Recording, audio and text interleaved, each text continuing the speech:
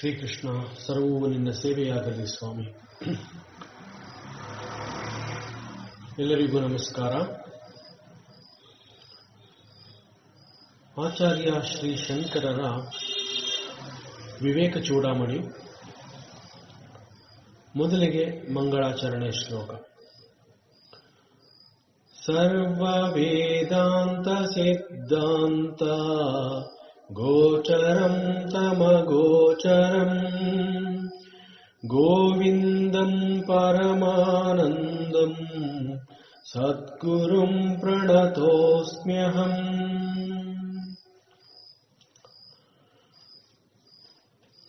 ಆತ್ಮತತ್ವದ ಸತತ ಚಿಂತನೆಯನ್ನ ಕೆಲವರು ಭಕ್ತಿ ಅಂತ ಕರೀತಾರೆ.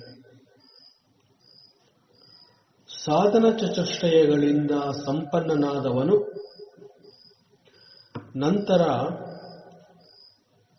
ಭಕ್ತಿಯ ಮಹಿಮೆಯನ್ನು ಕೂಡ ಅರಿತು ಮುಕ್ತಿಯ ಅಪೇಕ್ಷೆಯ ತೀವ್ರತೆ ಹೆಚ್ಚಾಗ್ತಾ ಇರೋದ್ರಿಂದ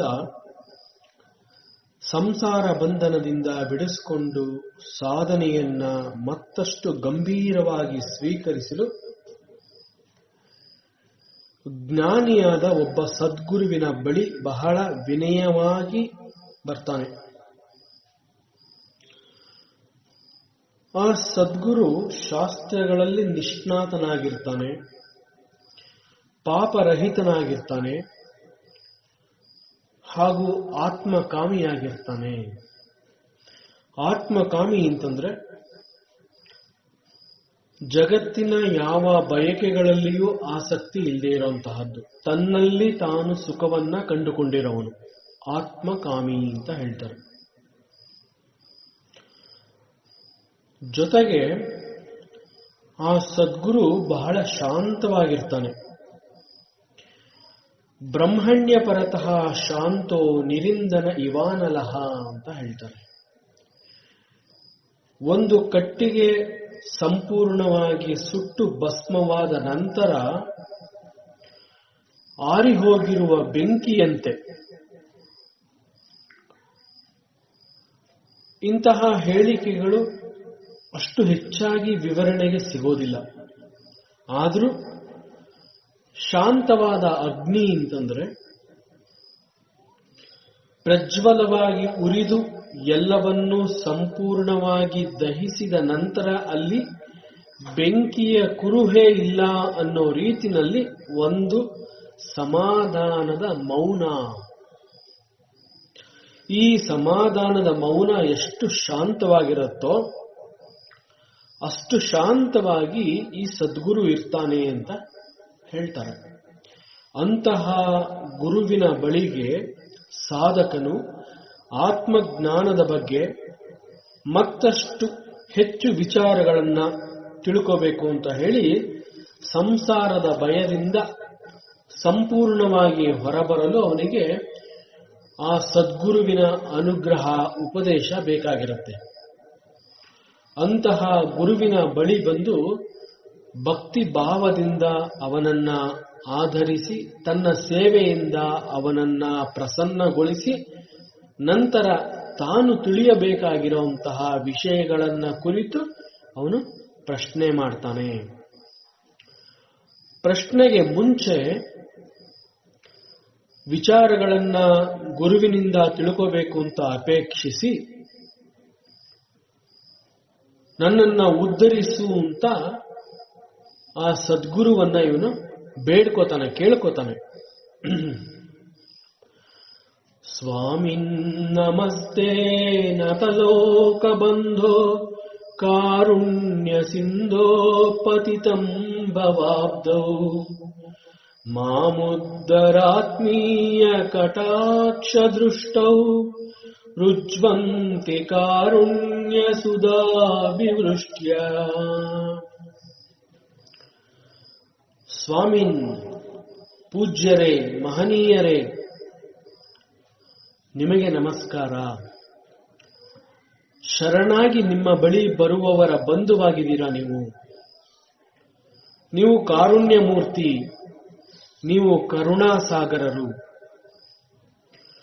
ಪತಿತಂ ಭವಾಬ್ಧೌ, ಸಂಸಾರ ಸಾಗರದಲ್ಲಿ ಬಿದ್ದಿರುವ ನನ್ನನ್ನ ನಿಮ್ಮ ಕರುಣಾಮೃತವನ್ನ ಚೆಲ್ಲುತ್ತಿರುವಂತಹ ಕಣ್ಣುಗಳಿಂದ ನೋಡಿ ನಿಮ್ಮ ಸಹಜವಾದ ನೇರವಾದ ದೃಷ್ಟಿ ನನ್ನ ಮೇಲೆ ಬೀಳುವುದರ ಮೂಲಕ ನೀವು ನನ್ನನ್ನು ಉದ್ಧಾರ ಮಾಡಬೇಕು. ಅಹೇತುಕ ದಯಾ ಸಿಂಧು ಅಂತ ಈಗಾಗಲೇ ಅವನ ಗುರುವನ್ನ ಕರೆದಾಗಿದೆ, ಗುರುವಿನ ಬಗ್ಗೆ ಹೀಗೆ ತಿಳ್ಕೊಂಡಾಗಿದೆ. ಅದೇ ರೀತಿಯಲ್ಲಿ ನತಲೋಕ ಬಂಧು ಅಂತ ಗುರುವನ್ನ ಈ ಶಿಷ್ಯ ಹೇಳ್ತಾ ಇದ್ದಾನೆ, ಕರೀತಾ ಇದ್ದಾನೆ. ನಿಮ್ಮ ಬಳಿಗೆ ರಕ್ಷಣೆಗೆ ಬರುವವರನ್ನ ಬರಮಾಡಿಕೊಂಡು ಅವರುಗಳಿಗೆ ನೀವು ಬಂಧುಗಳಾಗಿರ್ತೀರಾ. ನಿಮ್ಮ ಸಹಜವಾದ ಕೃಪಾದೃಷ್ಟಿ ನನ್ನನ್ನ ಉದ್ಧಾರ ಮಾಡಲಿ. ಶಿಷ್ಯ ಕೇಳ್ಕೊತಾ ಇದ್ದಾನೆ, ಗುರುವಿನ ಹತ್ರ ಹೇಳ್ಕೊತಾ ಇದ್ದಾನೆ, ನಾನು ಪತಿತಂ ಭವಾಬ್ದೌ, ಯಾವ ಈ ಒಂದು ಸಂಸಾರ ಸಾಗರ ಅಂತ ಹೇಳ್ತಾ ಇದ್ದೀವಿ, ಆ ಸಂಸಾರ ಸಾಗರದಲ್ಲಿ ನಾನು ಬಿದ್ದೋಗಿದ್ದೀನಿ. ಹುಟ್ಟು ಮತ್ತು ಸಾವು ಇವುಗಳ ಮಧ್ಯೆ ಇರುವಂತಹ ಹಾಗೂ ಅವುಗಳ ಮಧ್ಯೆ ಬರಬಹುದಾದ ಅನೇಕ ತೊಂದರೆಗಳು, ರೋಗ ರುಜಿನ ವೃದ್ಧಾಪ್ಯ, ಹೀಗೆ ಅನೇಕಗಳು, ಇವುಗಳು ಅನರ್ಥ ಸಂಕುಲಗಳು. ಇವುಗಳನ್ನ ಸಂಸಾರ ಸಾಗರ ಅಂತ ಕರೀತಾರೆ. ಹುಟ್ಟು ಅಂದ ಕೂಡಲೇ ಸಾವು ಅನ್ನುವಂತಹದನ್ನ ಜೊತೆಯಲ್ಲಿಯೇ ಕಟ್ಟಿಕೊಂಡು ಈ ಜಗತ್ತಿಗೆ ಸೃಷ್ಟಿಯಲ್ಲಿ ಬಂದಿರ್ತಾನೆ. ಹುಟ್ಟು ಸಾವಿನ ನಡುವೆ ಕೇವಲ ಅನಾರೋಗ್ಯ ಮಾತ್ರ ನಮ್ಮನ್ನ ಹಿಂಸೆ ಮಾಡೋದಿಲ್ಲ, ನಮಗೆ ಅನೇಕ ರೀತಿಯ ತೊಂದರೆಗಳು ಬರುತ್ತೆ. ನಮ್ಮ ಪರಿಚಯದವರು ಅಪರಿಚಿತರಾಗ್ತಾರೆ, ಅಪರಿಚಿತರು ಪರಿಚಿತರಾಗ್ತಾರೆ, ಇಷ್ಟವಾಗುವವರು ಕಷ್ಟಗಳನ್ನ ಕೊಡ್ತಾರೆ, ಮಿತ್ರರು ಶತ್ರುಗಳಾಗ್ತಾರೆ, ಶತ್ರುಗಳಾಗಿದ್ದವರು ಮಿತ್ರರಾಗ್ತಾರೆ. ಹೀಗೆ ಒಂದ ಎರಡ ಅನೇಕಗಳು ನಮ್ಮ ಹುಟ್ಟು ಮತ್ತು ಸಾವಿನ ನಡುವೆ ಬಂದು ನಮ್ಮನ್ನ ಅಲುಗಾಡಿಸತ್ತೆ, ಕಂಪಿಸತ್ತೆ. ಸಮುದ್ರದಲ್ಲಿ ಬಿದ್ದವನು ಹೇಗೆ ಸಂಕಟವನ್ನ ಅನುಭವಿಸ್ತಾನೋ ಆ ರೀತಿಯಲ್ಲಿ ಈ ಸಂಸಾರ ಸಾಗರದಲ್ಲಿ ಸಿಕ್ಕಿ ಬಿದ್ದವನು ಕೂಡ ಈ ರೀತಿ ಅನೇಕ ಸಂಕಟಗಳನ್ನ ಅನುಭವಿಸ್ತಾನೆ. ಇದನ್ನೆಲ್ಲ ಶಿಷ್ಯ ಹೇಳ್ಕೊತಾ ಇರೋದು. ಸಂಸಾರದಲ್ಲಿ ಸುಖ ಅನ್ನುವಂತಹದ್ದು ಒಂದು ರೀತಿಯಲ್ಲಿ ಆತ್ಮವಂಚನೆ ಅಂತಂದ್ರೆ ತನಗೆ ತಾನೇ ಸುಳ್ಳು ಹೇಳ್ಕೊಳ್ಳುವಂತಹದ್ದು. ಸಂಸಾರದಲ್ಲಿ ಎಂದಿಗೂ ಕೂಡ ಸುಖ ಇರೋದಿಲ್ಲ. ಇದು ವೇದಾಂತದ ದೃಷ್ಟಿಯ ಹಿನ್ನೆಲೆಯಲ್ಲಿ ಈ ರೀತಿ ಹೇಳ್ತಾ ಇರುವಂತಹದ್ದು. ಆದರೆ ಸಂಸಾರದಲ್ಲಿದ್ದರೂ ಅದಕ್ಕೆ ಅಂಟಿಕೊಳ್ಳದಿದ್ದರೆ ಅವನಿಗೆ ಸಂಸಾರ ಅನ್ನುವಂತಹದ್ದು ಯಾವ ಸಂಕಟವನ್ನು ಕೂಡ ಕೊಡೋದಕ್ಕೆ ಸಾಧ್ಯ ಇಲ್ಲ. ಆದ್ರಿಂದ ಶಿಷ್ಯನು ಗುರುಗಳನ್ನ ಸಮೀಪಿಸಿ ಅವನನ್ನ ಕೇಳ್ಕೊತಾ ಇದ್ದಾನೆ, ನೀನು ನನ್ನನ್ನ ಉದ್ಧಾರ ಮಾಡಬೇಕು. ಆತ್ಮೀಯ ಕಟಾಕ್ಷ ದೃಷ್ಟಿಯ, ಆತ್ಮೀಯವಾದ ನಿಮ್ಮ ಕಣ್ಣಿನ ನೋಟದಿಂದ ಅಂತ ಇದರ ಅರ್ಥ. ಕೃಪಾ ಕಟಾಕ್ಷ ಅಂತಂದ್ರೆ ಸಿಯಲೋಚನ ಪ್ರಾಂತೇನ ಅಂತ ಹೇಳ್ತಾರೆ. ಪೂರ್ಣವಾಗಿ ನನ್ನನ್ನೇ ನಿಮ್ಮ ಕಣ್ಣುಗಳು ನೋಡಬೇಕು ಅಂತ ಏನಿಲ್ಲ, ಕೇವಲ ಒಂದೇ ಒಂದು ಓರೆ ನೋಟ ಅಂತ ಹೇಳ್ತೀವಲ್ಲ ಅಂತಹದ್ದು. ಗುರುವಿನ ಒಂದು ಓರೆ ನೋಟದ ದೃಷ್ಟಿಗೆ ಅಷ್ಟು ಶಕ್ತಿ ಇದೆ. ಗುರುವಿನ ಕೃಪಾ ಕಟಾಕ್ಷ ದೃಷ್ಟಿ ನಮ್ಮನ್ನ ಪಾವನಗೊಳಿಸುತ್ತೆ.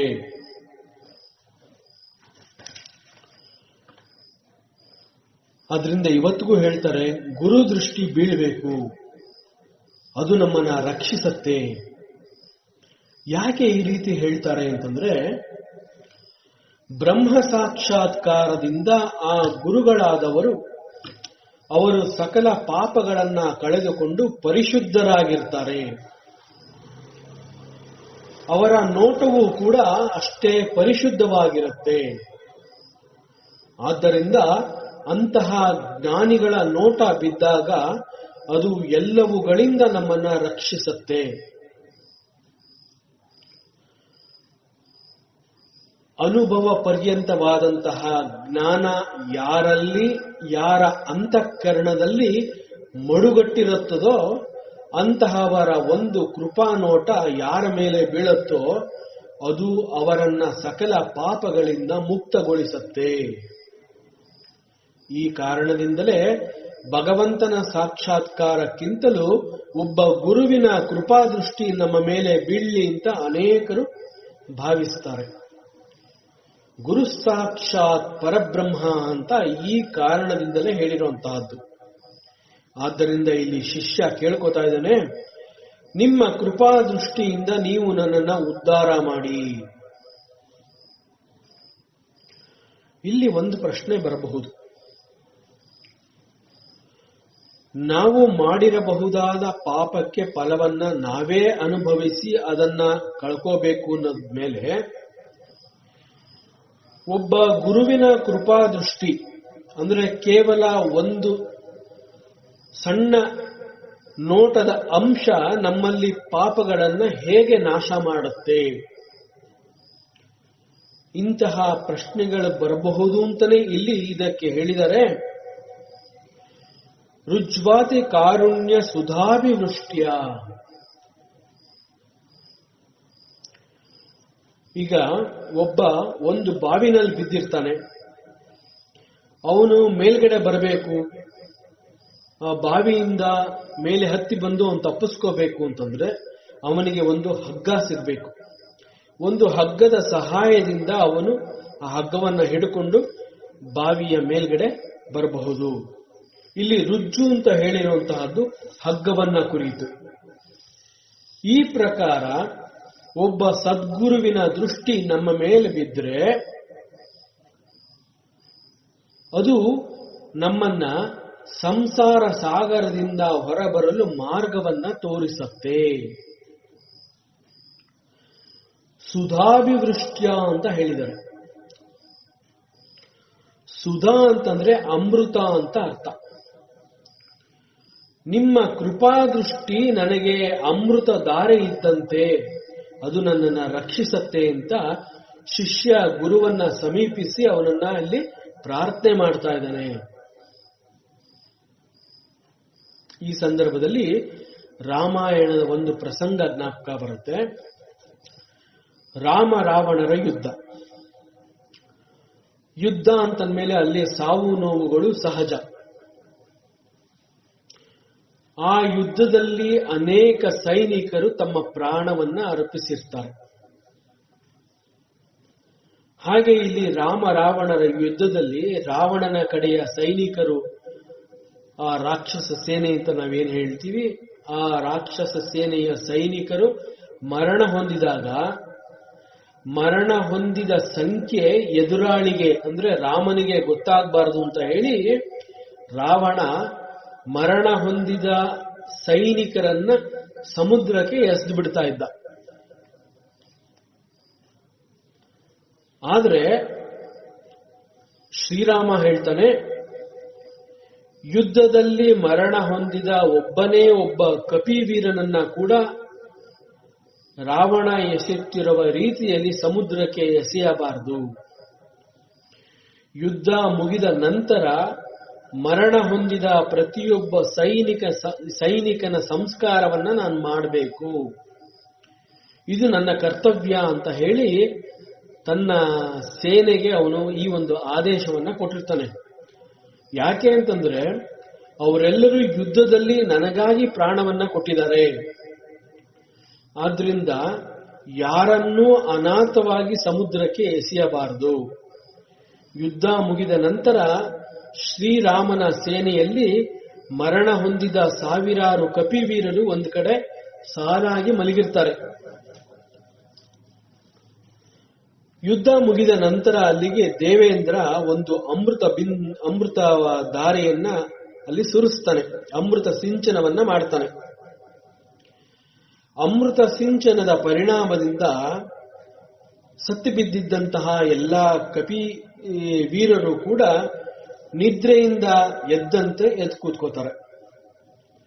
ಅಮೃತಧಾರೆಯ ಫಲ ದುರಾದೃಷ್ಟವಶಾತ್ ರಾವಣನ ಸೇನೆಯ ರಾಕ್ಷಸರ ವೀರರು ಹತರಾದ ನಂತರ ಅವರೆಲ್ಲರನ್ನೂ ಕೂಡ ಸಮುದ್ರಕ್ಕೆ ಎಸೆಯಲ್ಪಟ್ಟಿರ್ತಾರೆ. ಅಮೃತಧಾರೆ ಅಂತಂದ್ಮೇಲೆ ಆ ಅಮೃತಧಾರೆ ಅಲ್ಲಿ ಸಿಂಚನವಾದಾಗ ಅಲ್ಲಿ ರಾಕ್ಷಸ ಸೇನೆನೂ ಇತ್ತು, ಹಾಗೂ ರಾಮನ ಸೇನೆಯ ಸೈನಿಕರು ಇದ್ರು. ಆದರೆ ರಾಮನ ಸೇನೆಯಲ್ಲಿ ಮರಣ ಹೊಂದಿದ ಯಾವ ಕಪಿವೀರರನ್ನು ಕೂಡ ರಾಮ ಸಮುದ್ರಕ್ಕೆ ಎಸೆದಿರಲಿಲ್ಲ. ದುರಾದೃಷ್ಟವಶಾತ್ ರಾವಣ ತನ್ನ ಸೈನ್ಯದಲ್ಲಿ ಮರಣ ಹೊಂದಿದ ಪ್ರತಿಯೊಬ್ಬರನ್ನು ಕೂಡ ಸಮುದ್ರಕ್ಕೆ ಎಸೆಯಲ್ಪಟ್ಟಿದ್ದರಿಂದ ಅವರು ಯಾರಿಗೂ ಕೂಡ ಬದುಕು ಉಳಿಯುವ ಸಾಧ್ಯತೆ ಬರಲೇ ಇಲ್ಲ. ಅವರು ಯಾರು ಈ ಒಂದು ಫಲವನ್ನ ಅನುಭವಿಸಲಾಗಲಿಲ್ಲ. ಇಲ್ಲಿ ನಾವು ತಿಳಿಬೇಕಾಗಿರುವಂತಹದ್ದು ಅಮೃತಧಾರೆಯ ಪರಿಣಾಮ. ರುಜ್ವಾತಿ ಕಾರುಣ್ಯ ಸುಧಾಭಿವೃಷ್ಟ್ಯ ಅಂತಂದ್ರೆ ಕಾರುಣ್ಯವೂ ಬೇಕು, ಅದನ್ನ ಅನುಭವಿಸಲು ಅನುಗ್ರಹವೂ ಬೇಕು. ಆದ್ರಿಂದ ಶಿಷ್ಯ ಇಲ್ಲಿ ಆತ್ಮಜ್ಞಾನವನ್ನ ಅಪೇಕ್ಷಿಸಿ ಗುರುವಿನ ಬಳಿ ಬಂದಾಗ ನನ್ನನ್ನ ಸಂಸಾರ ಸಾಗರದಿಂದ ದಾಟಿಸು, ನಿನ್ನಲ್ಲಿ ಶರಣು ಬಂದವರೆಲ್ಲರಿಗೂ ನೀನು ಬಂಧುವಾಗಿರುವೆ, ನಿನ್ನ ಕೃಪಾ ಕಟಾಕ್ಷ ದೃಷ್ಟಿ ನನ್ನ ಮೇಲೆ ಉತ್ತಮ ಪರಿಣಾಮ ಬೀರಲಿ, ನಿಮ್ಮ ಜ್ಞಾನದ ಬೆಳಕು ನೀವು ನನ್ನನ್ನು ನೋಡಿದಾಗ ಅದು ನಿಮ್ಮಿಂದ ಹೊರಬಂದು ನನ್ನ ಮೇಲೆ ಹಾದು ಹೋಗಲಿ, ಆ ಬೆಳಕು ನನಗೆ ಜ್ಞಾನವನ್ನ ಕರುಣಿಸುತ್ತೆ. ಆದ್ರಿಂದ ನಿಮ್ಮ ಕೃಪಾ ದೃಷ್ಟಿಯ ಅವಶ್ಯಕತೆ ನನಗಿದೆ. ಒಬ್ಬ ಜ್ಞಾನಿಯ ಕೃಪಾ ದೃಷ್ಟಿ ಹೇಗಿರುತ್ತೆ ಅಂತಂದ್ರೆ ಅದನ್ನ ಇಲ್ಲಿ ಸುಧಾಭಿವೃಷ್ಟ್ಯ ಅಮೃತಧಾರೆ ಅಂತ ಕರೆದಿದ್ದಾರೆ. ಅದರ ಹಿನ್ನೆಲೆ ಬ್ರಹ್ಮನಿಷ್ಠಾನುಕಂಪ ಅಮೃತವರ್ಷಣ ದೃಷ್ಟಿ ಅಸಂಕುಚಿತ ಜರಾಮರುಣಾದಿ ವರ್ಜಿತತ್ವಂ ದಾಸ್ಯತಿ ಇತಿ.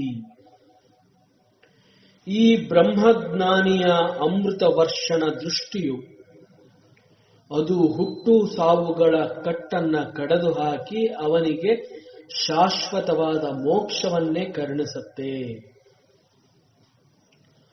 ಸ್ವರ್ಗಲೋಕದ ಅಮೃತ ಸತ್ತವರನ್ನ ಬದುಕಿಸುತ್ತೆ, ಆದರೆ ಮತ್ತೆ ಹುಟ್ಟು ಅನ್ನುವಂತಹದ್ದೇ ಇಲ್ಲದಂತೆ ಶಾಶ್ವತವಾದ ಮೋಕ್ಷ ಪದವಿಯನ್ನೇ ಒಬ್ಬ ಜ್ಞಾನಿಯ ಕೃಪಾದೃಷ್ಟಿ ಅನ್ನುವಂತಹದ್ದು ನೀಡುತ್ತೆ. ಈ ಕಾರಣದಿಂದ ಶಿಷ್ಯನಿಗೆ ಗುರು ದೃಷ್ಟಿ ಬಿದ್ದರೆ ಅವನು ಉದ್ಧಾರ ಆಗೋದರಲ್ಲಿ ಸಂಶಯವೇ ಇಲ್ಲ. ಮತ್ತೊಂದು ಕಾರಣದಿಂದ ಶಿಷ್ಯನು ಗುರುವಿನ ಕೃಪಾದೃಷ್ಟಿಯನ್ನ ಅಪೇಕ್ಷಿಸ್ತಾನೆ. ಸೂರ್ಯನ ಬೆಳಕು ಯಾವುದೇ ಒಂದು ವಸ್ತುವಿನ ಮೇಲೆ ಬಿದ್ದಾಗ ಆ ವಸ್ತು ತನ್ನನ್ನ ಪ್ರಕಟಿಸಿಕೊಳ್ಳಲು ಸಾಧ್ಯವಾಗುತ್ತೆ. ಬೆಳಕಿಗೆ ಅಂತಹ ಶಕ್ತಿ ಇದೆ. ಆ ವಸ್ತು ಅನ್ನುವಂತಹದ್ದು ಅಲ್ಲಿದ್ರೂ ಕೂಡ ಅದರ ಮೇಲೆ ಸೂರ್ಯನ ಬೆಳಕು ಬೀಳದೆ ಹೋದರೆ ಅದು ಇದೆ ಅನ್ನುವಂತಹದ್ದೇ ತಿಳಿದು ಬರೋದಿಲ್ಲ. ಅದೇ ರೀತಿಯಲ್ಲಿ ದೀಪದ ಬೆಳಕು ಹೊರಚೆಲ್ಲಿದಾಗ ದೀಪದ ಬೆಳಕಿನ ಆಶ್ರಯದಲ್ಲಿ ಅನೇಕಗಳು ಪ್ರಕಟಗೊಳ್ಳತೊಡಗತ್ತೆ. ಈ ರೀತಿಯಲ್ಲಿ ಶಿಷ್ಯನು ಗುರುವನ್ನ ಕೇಳ್ಕೊತಾ ಇದ್ದಾನೆ, ಮಾಮುದ್ದರಾತ್ಮೀಯ ಕಟಾಕ್ಷ ದೃಷ್ಟ್ಯ, ನಿನ್ನ ಆತ್ಮೀಯ ಕೃಪೆಯ ದೃಷ್ಟಿಯ ಬೆಳಕು ನನ್ನ ಮೇಲೆ ಬಿದ್ದರೆ ನನ್ನ ನಿಜ ಸ್ವರೂಪ ಕೂಡ ಪ್ರಕಟಗೊಳ್ಳುತ್ತೆ. ಆದ್ರಿಂದ ನನಗೆ ನಿನ್ನ ಕೃಪೆ ಇರಲಿ.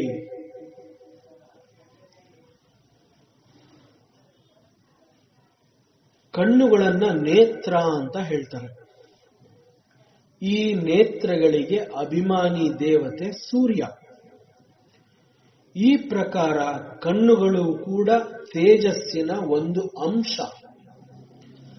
ಸಾಮಾನ್ಯ ಜನಗಳಾದ ನಮ್ಮ ಕಣ್ಣುಗಳೇ ತೇಜಸ್ಸಿನ ಒಂದು ಅಂಶ ಅನ್ನೋದಾದರೆ, ಇನ್ನು ಬ್ರಹ್ಮಜ್ಞಾನಿಯ ಕಣ್ಣಿನ ತೇಜಸ್ಸಿನ ಒಟ್ಟು ಎಷ್ಟು ಅಂಶ ಅಲ್ಲಿರಬಹುದು, ಎಷ್ಟು ಮಹತ್ವವಾಗಿರುತ್ತೆ ಅನ್ನೋದನ್ನ ಇಲ್ಲಿ ಹೇಳಿರುವಂತಹದ್ದು. ಆದ್ದರಿಂದ ಒಮ್ಮೆ ಗುರುವಿನ ದೃಷ್ಟಿ ನಮ್ಮ ಮೇಲೆ ಬಿದ್ರೆ, ನಾವು ಅಂತಂದ್ರೆ ಏನು, ನಾನು ಯಾರು, ನನ್ನ ನಿಜ ಸ್ವರೂಪ ಏನು, ಇಂತಹ ಎಲ್ಲ ತಿಳುವಳಿಕೆಗಳು ಕೂಡ ನಮ್ಮಲ್ಲಿ ಉದಯವಾಗುವುದರಲ್ಲಿ ಯಾವ ಸಂಶಯವೂ ಇಲ್ಲ. ಆದ್ದರಿಂದ ತನ್ನ ಆತ್ಮೋದ್ಧಾರದ ವಿಷಯದಲ್ಲಿ ವಿಳಂಬ ಆಗಬಾರದು ಅಂತ ಹೇಳಿ ಮತ್ತೆ ಶಿಷ್ಯ ಅವರಲ್ಲಿ ಮನವಿ ಮಾಡ್ಕೋತಾ ಇದ್ದಾನೆ. ದುರ್ವಾರ ಸಂಸಾರದವಾಗ್ನಿ ತಪ್ತಂ ಗೋಧೂಯಮಾನಂ ದುರದೃಷ್ಟವಾತೈಃ ಭೀತಂ ಪ್ರಪನ್ನಂ ಪರಿಪಾಹಿ ಮೃತ್ಯೋಃ ಶರಣ್ಯಮನ್ಯಂ ಯದಹಂ ನ ಜಾನೇ. ಜಗತ್ತಿನ ಅನುಭವಗಳು ಸಂಪೂರ್ಣವಾಗಿ ಶಿಷ್ಯನಿಗೆ ಆಗಿರೋದರಿಂದ ಮತ್ತು ಈ ಸಂಸಾರ ಅನ್ನುವಂತಹದ್ದು ಎಂದಿಗೂ ಶಾಶ್ವತವಾದ ಶಾಂತಿಯನ್ನಾಗಲಿ ನೆಮ್ಮದಿಯನ್ನಾಗಲಿ ಕೊಡೋದಿಲ್ಲ ಅಂತ ಮನವರಿಕೆ ಆಗಿರೋದ್ರಿಂದ ಅವನು ಮತ್ತೊಮ್ಮೆ ಅವರಲ್ಲಿ ಕೇಳ್ಕೋತಾ ಇದ್ದಾನೆ. ಪರಿಹರಿಸಲು ಸಾಧ್ಯವಿಲ್ಲ ಅನ್ನುವಂತಹ ಸಂಸಾರವೆಂಬ ಕಾಡ್ಗಿಚ್ಚು ನನ್ನನ್ನ ಸುಡ್ತಾ ಇದೆ. ಈ ಸಂಸಾರ ಅನ್ನುವಂತಹದ್ದು ನನ್ನನ್ನ ಸುಡ್ತಾ ಇದೆ. ಅದು ದುರ್ಭಾಗ್ಯವೆಂಬ ಬಿರುಗಾಳಿಗೆ ಸಿಕ್ಕಾಕೊಂಡು ಭಯದಿಂದ ಕಂಪಿಸಿ ನನ್ನಲ್ಲಿ ಶರಣಾಗತಿ ಕೋರ್ತಾ ಇರುವಂತಹ ನನ್ನನ್ನ ಈ ಸಂಸಾರದ ಮೃತ್ಯುವಿನಿಂದ ಕಾಪಾಡುವಂತ ಶಿಷ್ಯ ಗುರುವನ್ನ ಕೇಳ್ಕೊತಾ ಇದ್ದಾನೆ. ಈ ವಿಚಾರದಲ್ಲಿ ನಿನ್ನನ್ನ ಬಿಟ್ರೆ ನನಗೆ ಬೇರೆ ಯಾರೂ ರಕ್ಷಕರಿಲ್ಲ. ಸಾಮಾನ್ಯವಾಗಿ ಸಂಸಾರವನ್ನ ಸಾಗರಕ್ಕೆ ಹೋಲಿಸಿ ಹೇಳ್ತಾರೆ. ಆದರೆ ಇಲ್ಲಿ ಸಂಸಾರವನ್ನ ದವಾಗ್ನಿ ತಪ್ತಂ ಅಂತ ಕಾಡಿಗಿಚ್ಚಿಗೆ ಹೋಲಿಸಿ ಹೇಳಿದ್ದಾರೆ. ಕಾಡಿನಲ್ಲಿ ಒಂದೇ ಒಂದು ಸಣ್ಣ ಬೆಂಕಿಯ ಕಿಡಿ ಕಾಣಿಸ್ಕೊಂಡ್ರೆ ಕ್ಷಣಾರ್ಧದಲ್ಲಿ ಅದು ತನ್ನ ಬೆಂಕಿಯ ಕೆನ್ನಾಲಿಗೆಯನ್ನ ಚಾಚಿ ಇಡೀ ಕಾಡಿಗೆ ಹರಡಿ ಎಲ್ಲವನ್ನ ಸುಟ್ಟು ಭಸ್ಮ ಮಾಡಿಬಿಡುತ್ತೆ. ಈ ಕಾಡ್ಗಿಚ್ಚು ಅನ್ನುವಂತಹದ್ದು ಅಷ್ಟು ಭೀಕರ ಭಯಂಕರ. ಈ ಕಾಡ್ಗಿಚ್ಚಿನ ವರ್ಣನೆಯನ್ನ ಸಂಸಾರಕ್ಕೆ ಹೋಲಿಕೆ ಮಾಡಿ ಇಲ್ಲಿ ಹೇಳಿದ್ದಾರೆ. ಜೊತೆಗೆ ಬೆಂಕಿ ಆ ರೀತಿಯೇ ಉರಿಯುವುದಕ್ಕೆ ಅಲ್ಲಿ ಬಿರುಗಾಳಿ ಎನ್ನುವಂತಹದ್ದು ತುಂಬಾ ಪ್ರಚೋದನೆ ಮಾಡ್ತಾ ಇದೆ. ದೋಧೂಯಮಾನಂ ದುರದೃಷ್ಟವಾತೈಹಿ, ಇಲ್ಲಿ ಬಿರುಗಾಳಿ ಅಂತ ಕರೆದಿರುವಂತಹದ್ದು ನಮ್ಮ ಪೂರ್ವ ಜನ್ಮಾಂತರಗಳ ಪಾಪದ ಫಲ ಬಿರುಗಾಳಿಯಂತೆ ಬೀಸಿ ಸಂಸಾರಕ್ಕೆ ಬಿದ್ದಿರುವ ನನಗೆ ಮತ್ತಷ್ಟು ತಾಪವನ್ನ ಕೊಡ್ತಾ ಇದೆ. ಆದ್ದರಿಂದ ನನಗೆ ರಕ್ಷಣೆ ಬೇಕು. ಆ ರಕ್ಷಣೆ ಗುರುವಾದ ನಿನಗೆ ಮಾತ್ರ ಒದಗಿಸಲು ಸಾಧ್ಯ. ದುರದೃಷ್ಟವಾತೈಹಿ ಅಂತ ಕರೆದಿರುವ ಹಿನ್ನೆಲೆಯೇ ನನ್ನ ಪೂರ್ವ ಜನ್ಮಾಂತರಗಳ ಕರ್ಮಗಳಾಗಲಿ ಅವುಗಳ ಫಲಗಳಾಗಲಿ ಹೇಗಿರುತ್ತೆ ಎನ್ನುವಂತಹದ್ದು ನನಗೆ ತಿಳಿದು ಬಂದಿಲ್ಲ. ಅವುಗಳು ಬಂದು ಅಪ್ಪಳಿಸಿದಾಗ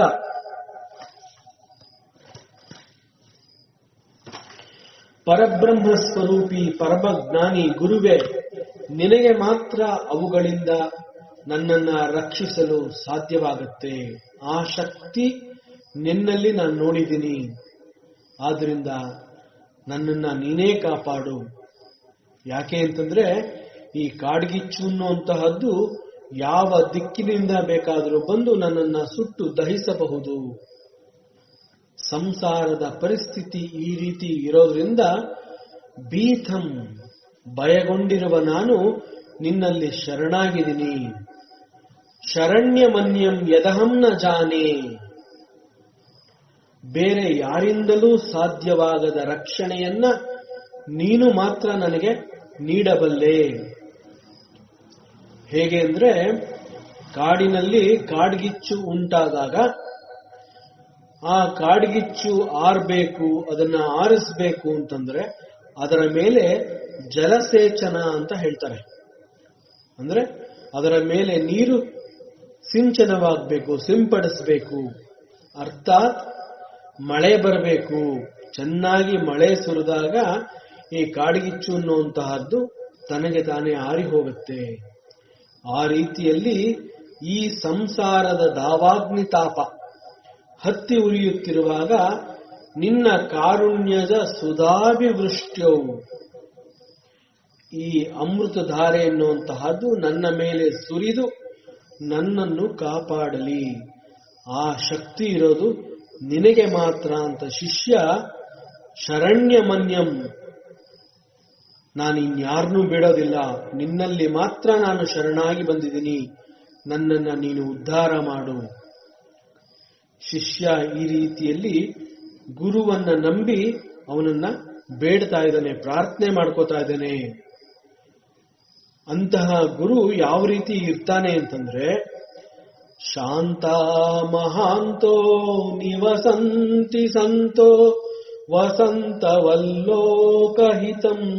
ಚರಂತಃ ತೀರ್ಣಾ ಸ್ವಯಂ ಭೀಮ ಭವಾರ್ಣವಂ ಜನಾನ್ ಅಹೇತು ನಾನ್ಯಾನಪಿ ತಾರಯಂತಃ ಅಯಂ ಸ್ವಭಾವ ಸ್ವತ ಏವ ಯತ್ಪರ ಶ್ರಮಾಪನೋದ ಪ್ರವಣಂ ಮಹಾತ್ಮನಾಂ ಸುಧಾಂಶುರೇಶ ಸ್ವಯಮರ್ಕ ಕರ್ಕಶ ಪ್ರಭಾವಿತಪ್ತಾಮಪತಿ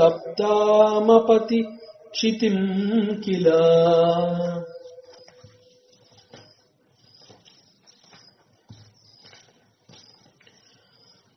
ಈ ಸಂಸಾರ ಅನ್ನುವಂತಹ ಭಯಂಕರವಾದ ಸಾಗರವನ್ನ ಯಶಸ್ವಿಯಾಗಿ ಗುರು ಈಗಾಗ್ಲೇ ದಾಟ್ಬಿಟ್ಟಿದೀಯಾ, ನೀನು ಈ ಸಂಸಾರ ಸಾಗರವನ್ನ ಯಶಸ್ವಿಯಾಗಿ ದಾಟಿ ಇತರರನ್ನು ಕೂಡ ದಾಟಿಸುವ ಶಾಂತ ಪುರುಷನು, ಮಹನೀಯನು, ಸತ್ಪುರುಷನು ಆಗಿದೆಯಾ. ವಸಂತ ಋತುವಿನಂತೆ ಲೋಕಕ್ಕೆ ಆಹ್ಲಾದವನ್ನ ಕೊಡುವವನಾಗಿದೆಯಾ ಅಂತ ಗುರುವನ್ನ ಇವನು ವರ್ಣನೆ ಮಾಡ್ತಾ ಇದ್ದಾನೆ. ಆತ್ಮಜ್ಞಾನವನ್ನ ಸಂಪಾದನೆ ಮಾಡಿಕೊಂಡಂತಹ ಗುರು ಸ್ವಾಭಾವಿಕವಾಗಿ ಪೂರ್ಣನಾಗಿರ್ತಾನೆ. ಪೂರ್ಣನಾಗಿರ್ತಾನೆ ಅಂತಂದ್ರೆ ಅವನಲ್ಲಿ ಯಾವ ಕೊರತೆ ಎನ್ನುವಂತಹದ್ದು ಕೂಡ ಕಾಣೋದಿಲ್ಲ. ಎಲ್ಲರೂ ತನ್ನಂತೆಯೇ ಅಥವಾ ತಾನೂ ಕೂಡ ಅವರುಗಳಂತೆ ಅನ್ನುವ ತಿಳುವಳಿಕೆಯನ್ನ ಹೊಂದಿರ್ತಾನೆ. ತನ್ನಲ್ಲಿರುವ ಆತ್ಮ ಚೈತನ್ಯವೇ ಎಲ್ಲರಲ್ಲಿಯೂ ಇರೋದು ಅನ್ನುವ ತತ್ವವನ್ನ ಅವನು ತಿಳ್ಕೊಂಡಿರ್ತಾನೆ. ಸರ್ವಜ್ಞನಾಗಿರ್ತಾನೆ. ಇರುವುದು ಒಂದು ಮಾತ್ರ, ಅದುವೇ ಆತ್ಮವಸ್ತು ಅಥವಾ ಅದನ್ನ ಪರಮಾತ್ಮ ವಸ್ತು ಅಂತ ಕೂಡ ಹೇಳ್ತಾರೆ. ಈ ಉಸಿರಾಟ ಅನ್ನುವಂತಹದ್ದು ಹೇಗೆ ಸ್ವಾಭಾವಿಕ ಅಥವಾ ಸಹಜವಾಗಿರುತ್ತೆ, ಅವನ ಒಡನಾಟ ಲೋಕದಲ್ಲಿ ಅಷ್ಟೇ ಸಹಜವಾಗಿರುತ್ತೆ. ಲೋಕ ಕಲ್ಯಾಣ ಅಂತ ಹೇಳಿ ಅವನು ಅದಕ್ಕಾಗಿ ಶ್ರಮಿಸುವ ಅವಶ್ಯಕತೆ ಇಲ್ಲ. ತನ್ನ ನಿಜ ಸ್ವರೂಪವನ್ನ ತಿಳ್ಕೊಂಡ್ಮೇಲೆ ಅವನು ಈ ದೇಹ, ಮನಸ್ಸು, ಇಂದ್ರಿಯಗಳು ತಾನಲ್ಲ ಅನ್ನುವಂತಹದ್ದು ಅವನಿಗೆ ಗೊತ್ತಾಗಿರುತ್ತೆ. ಆದ್ದರಿಂದಲೇ ಅವನನ್ನ ವಸಂತವಲ್ಲೋಕ ಹಿತಂ ಚರಂತಹ, ವಸಂತ ಋತುವಿನಂತೆ ಇಡೀ ಜಗತ್ತಿಗೆ ಅವನು ಹಿತವನ್ನ ಉಂಟು ಮಾಡ್ತಾನೆ. ಅರ್ಥಾತ್ ಅವನು ವಿಶ್ವ ಪ್ರೇಮಿಯಾಗಿರ್ತಾನೆ. ಸಂಸಾರ ಸಾಗರವನ್ನ ದಾಟಿಯಾದ ನಂತರ ಅಂತಹ ಸದ್ಗುರು ಅಥವಾ ಜ್ಞಾನಿ ಅನುಭವಿ ಈ ಲೋಕದಲ್ಲಿ ಮಾಡಬೇಕಾದಂತಹ ಯಾವ ಕೆಲಸಗಳು ಅವನಿಗೆ ಇಲ್ಲ. ಆದರೂ ಅವರು ತಮ್ಮನ್ನ ನಂಬಿ ಬಂದ ಇತರರನ್ನ ಕೂಡ ಸಂಸಾರವನ್ನ ದಾಟಿಸಲು ಪ್ರೇರೇಪಿಸಿ ಅವರಿಗೆ ಮಾರ್ಗದರ್ಶನ ನೀಡಿ ಅವರೂ ಕೂಡ ಸಂಸಾರವನ್ನ ದಾಟಿಸಲು ಅನುಗ್ರಹಿಸ್ತಾರೆ. ಅವರನ್ನ ಈ ಸಂಸಾರ ಸಾಗರದಿಂದ ದಾಟಿಸ್ತಾರೆ. ಅವರು ಮಾಡಬೇಕಾದಂತಹ ಕೆಲಸವೇನೂ ಇಲ್ಲ ಅಂತಂದ ಮೇಲೆ ಅವರು ಯಾಕಾಗಿ ಈ ಶ್ರಮವನ್ನ ಮಾಡ್ತಾ ಇದ್ದಾರೆ ಅನ್ನೋ ಒಂದು ಪ್ರಶ್ನೆ ಬರಬಹುದು. ಅಯಂ ಸ್ವಭಾವ ಸ್ವತಃ ಏವ ಯತ್ಪರ, ಇದು ಅವರ ಸಹಜ ಸ್ವಭಾವ ಅಂತಾನೆ ಆಗಿರುತ್ತೆ. ಇದಕ್ಕಾಗಿ ಅವರು ಶ್ರಮಿಸಬೇಕಾಗಿಲ್ಲ. ಈಗ ಸೂರ್ಯ ಬೆಳಕು ಕೊಡ್ತಾ ಇದ್ದಾನೆ ಅಂತ ಅಲ್ಲ, ಸೂರ್ಯ ಅಂತಂದ ಮೇಲೆ ಅದು ಬೆಳಕು. ಆ ಬೆಳಕು ಅವನಿಂದ ಸಹಜವಾಗಿ ಎಲ್ಲರಿಗೂ ಸಿಗತ್ತೆ. ಈ ರೀತಿನಲ್ಲಿ ಒಬ್ಬ ಸದ್ಗುರು ಜ್ಞಾನಿಯಾದವನು, ಬ್ರಹ್ಮಜ್ಞಾನಿಯಾದವನು, ನಾನು ಇತರರನ್ನ ದಾಟಿಸ್ತಾ ಇದ್ದೀನಿ ಅನ್ನುವ ಭಾವನೆ ಅವನಲ್ಲಿ ಸುಳಿಯೋದೇ ಇಲ್ಲ. ಒಬ್ಬ ಜ್ಞಾನಿ ಅಂತಂದ್ರೆ ಆತ್ಮಜ್ಞಾನವನ್ನ ಬಲ್ಲವನು. ಆತ್ಮಜ್ಞಾನಿಯಾದವನ ಸುತ್ತಮುತ್ತ ಕಲ್ಯಾಣ ಕಾರ್ಯಗಳು, ಕಲ್ಯಾಣ ಕರ್ಮಗಳು ಬಹಳ ಸಹಜವಾಗಿ ನಡೀತಾ ಇರುತ್ತೆ. ಅವರೇನು ಮಾಡದೆ ಹೋದರೂ ಕೂಡ ಕೇವಲ ಅವರ ಸನ್ನಿಧಾನ ಎಲ್ಲವನ್ನು ಕೂಡ ಮಾಡಿಸತ್ತೆ. ಇವತ್ತಿಗೂ ಕೂಡ ಅನೇಕ ಹಿರಿಯರು, ಅನುಭವಿಗಳು ಹೇಳ್ತಾರೆ, ಒಬ್ಬ ಗುರುವನ್ನ ನೀನು ವ್ಯಕ್ತಿಯಾಗಿ ನೋಡಬೇಡ, ಒಂದು ಶಕ್ತಿಯಾಗಿ ನೋಡು. ಗುರು ಅನ್ನುವಂತಹದ್ದು ಒಂದು ಆವರಣ, ಅದೊಂದು ಧಾಮ. ಗುರುಪೀಠವನ್ನ ನೋಡಿ ಅದನ್ನ ಗೌರವಿಸು. ಇದು ಸದ್ಗುರುವಿನ ಸನ್ನಿಧಾನದ ಮಹತ್ವವನ್ನ ತಿಳಿಸುತ್ತೆ. ಶ್ರಮಾಪನೋದೋ ಪ್ರವಣಂ ಮಹಾತ್ಮಾನಾಂ, ಪರರ ದುಃಖಕ್ಕೆ ಅವರು ಮಿಡಿತಾರೆ, ಸ್ಪಂದಿಸ್ತಾರೆ. ಅವ್ರು ಹೇಗೆ ಸ್ಪಂದಿಸ್ತಾರೆ ಅಂತಂದ್ರೆ, ಸುಧಾಂಶರೇಶು ಸ್ವಯಮರ್ಕ ಕರ್ಕಶ ಪ್ರಭಾವಿ ತಪ್ತಾಮವತಿ ಕ್ಷಿತಿಂ ಕಿಲ. ಇದಕ್ಕೆ ಬಹಳ ಉತ್ತಮವಾದ ದೃಷ್ಟಾಂತವನ್ನ ಕೊಟ್ಟಿದ್ದಾರೆ. ಹೇಗೆ ಸೂರ್ಯ ಹಗಲೆಲ್ಲ ಭೂಮಿಯನ್ನ ದಗದಗನೆ ಸುಟ್ಟು ಉರಿಸ್ತಾನೆ, ರಾತ್ರಿಯಲ್ಲಿ ಚಂದ್ರ ಅದೇ ಭೂಮಿಯನ್ನ ತಂಪು ಮಾಡಿ ಸಮಾಧಾನಗೊಳಿಸ್ತಾನೆ. ಈ ಸುಡುವುದು ಅನ್ನುವಂತಹದ್ದು ಸೂರ್ಯನ ಸ್ವಭಾವ, ತಂಪಾಗಿಸುವುದು ಅನ್ನುವಂತಹದ್ದು ಚಂದ್ರನ ಸ್ವಭಾವ. ಒಬ್ಬ ಜ್ಞಾನಿಯು ಹೀಗೆ ಸಂಸಾರದಲ್ಲಿ ನೊಂದು ಬೆಂದು ಬಸವಳಿದಾಗ ಚಂದ್ರನಂತೆ ಅವನನ್ನ ಸಮಾಧಾನಿಸಿ ಸಂಸಾರದಿಂದ ದಾಟಿ ಹೊರಬರಲು ಮಾರ್ಗವನ್ನ ತೋರಿಸ್ತಾನೆ. ಇಷ್ಟು ವಿಚಾರಗಳನ್ನ ಈ ಶ್ಲೋಕದಲ್ಲಿ ಆಚಾರ್ಯರು ತಿಳಿಸಿಕೊಟ್ಟಿದ್ದಾರೆ. ಶ್ರೀಕೃಷ್ಣ, ಸರ್ವೂ ನಿನಗರ್ಪಿತವಾಗಲಿ, ಸರ್ವೂ ನಿನ್ನ ಸೇವೆಯಾಗಲಿ. ಶ್ರೀಕೃಷ್ಣಾರ್ಪಣಮಸ್ತು.